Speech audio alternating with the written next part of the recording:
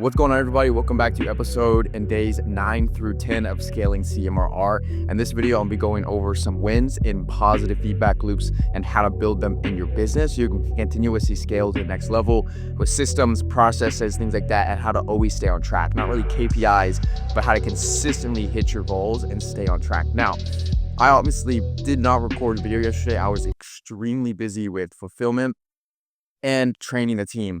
I'll put a screenshot right here on the screen. You guys can see we had a team call yesterday. It was actually our first team call where everybody was together, which is kind of funny. Basil, our head of fulfillment, Andrew, head of acquisition, and Sebastian, who was leading the setting and everything like that.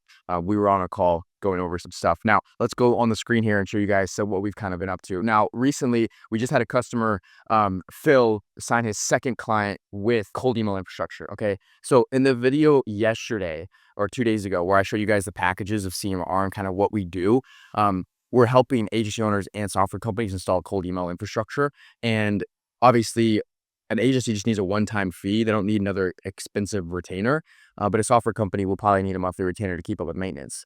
And so Phil, as an agency owner, he came from one of the episodes and he said, hey, look, I see what you're doing here with CMRR. I want this infrastructure installed because I want similar results. I said, okay, cool. Let's jump on a call, see if this can work for your business and if we can actually use cold email properly. We did. One-time flat fee. He paid. He has the infrastructure. He owns it. He's now signing customers. So if you want that, you guys can find me in the links down below and hop on a call with me, okay? So that being said, let's hop into positive feedback loops and things like that.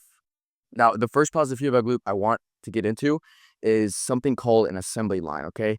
Now, we just took a sample of about 6 customers that we currently have, and we're using this for 6 customers for fulfillment assembly line. So Basil, head of fulfillment, will come in here, and he will give checks on what needs to get done and what exactly needs to happen for the campaigns. So whenever a customer needs a campaign launched, there's a series of events that need to go over. There's the ICP form, which is typically always already completed with the onboarding form.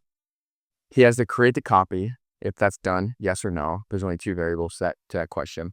Is it instantly ready? Meaning, is the copy in instantly? And is the campaign created? Are the sequences created? That's either, again, a 2 variable answer, yes or no. LinkedIn Sales Navigator ready to export.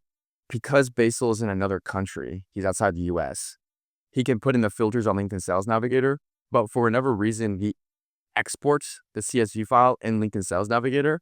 It doesn't even allow him. Every email bounces for some reason. I think it has to do with a proxy or VPN or something with LinkedIn Sales Navigator. But I'm taking the final step to export them and just put them in instantly. So it takes me about 5 minutes. His final lead count waiting on me. That's a yes or no. Any notes / any issues? Is the campaign ready for launch? Yes. And then we can track here. So we're just putting in numbers. We just implemented this literally yesterday. And same thing with Andrew with CMRR. Copy, instantly, LinkedIn Sales Navigator to export, and all the above. Now, the reason why I have this is because you have to have the people who you are having in charge of your systems and processes. You have to have a very clear process of how they can go about utilizing your service in the best possible way and how they can fulfill. Because if I just tell Basil, like, hey, I need to launch more cold email campaigns, that's a very vague thing. I could Slack message him that and I could tell him that. But as a founder, as a CEO, even though you might know what that means yourself, because I know what this entails, obviously, I've been doing this for a while, and he does too, you still have to break it down into processes. That way it's just easier for you to manage and for him to complete. So obviously all of these things are broken down into very concise step-by-step metrics, okay? Whenever a customer signs with us, we have them go through a CMRR onboarding form. And what's very interesting about this form is we're actually able to get a response. I can look it up right here. We can look up onboarding form and we can just see this right here, right now, right? So this is Gerardo. We recently signed him a couple days ago, 3 days ago. We get an onboarding email after they fill out a Google form, and it tells us the specific pain the customer has. It tells us the specific pain his ideal target market deals with, who exactly his initial target is, something that makes his prospects unique, and a best case study that he's had over these past couple of years. And obviously, 5 sales assets, his finding mail, things like that. I'm gonna blur out some of his credentials, obviously here, but you guys can see you guys can see the messages and what it takes to basically build out these campaigns. Okay, this is what it takes in terms of data to construct a proper campaign. So when Basil, shout out Basil if you're watching this video, my head of fulfillment, he gets this email too. Okay, and when he gets this email, he sees, okay, this is a marketing agency ran by the founder, Gerardo. He's targeting brokerages in the DFW, Dallas-Fort Worth area. That's what we call it here in Texas, in the DFW area. Okay, now that I have some proper information and background on Gerardo's business, I can then go into instantly and I can easily figure out how to reverse engineer a proper campaign so I can then launch it and get positive responses and optimize for booked calls.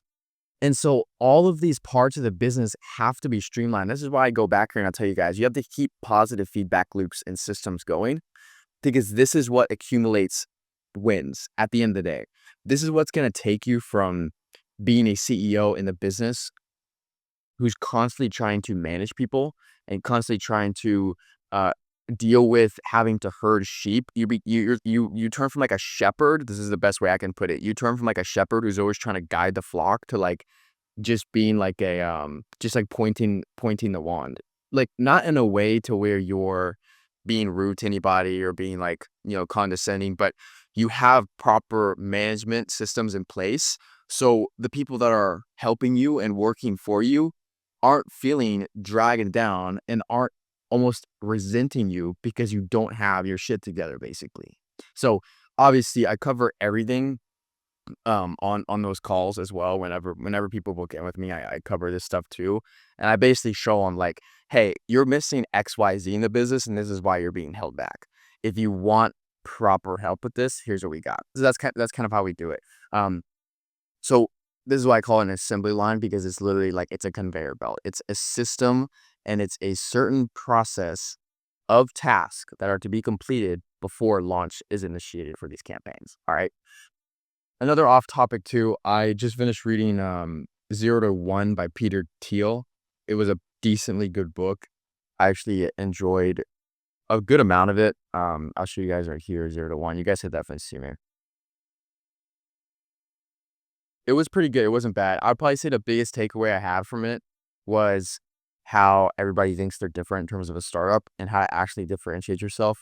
He goes over concepts that he's used to invest in a lot of startups, become, you know, worth over $1 billion in value, and what he looks for in with businesses that are catching the next wave, if that makes sense. So I'd highly recommend it. Kind of off topic there, but that's that. Okay. So that being said, you guys, you can also use AI and Zapier, very basic automations to set up certain workflows. For instance, if a customer gets a new demo, you can add in their Calendly credentials and you can have them get a notification whenever a new demo is booked. All right. So there's various different things you can do. You can also add in automations as well. I have a CMR leads channel, which all of the leads come in and we get all of the responses. Okay. So that's that.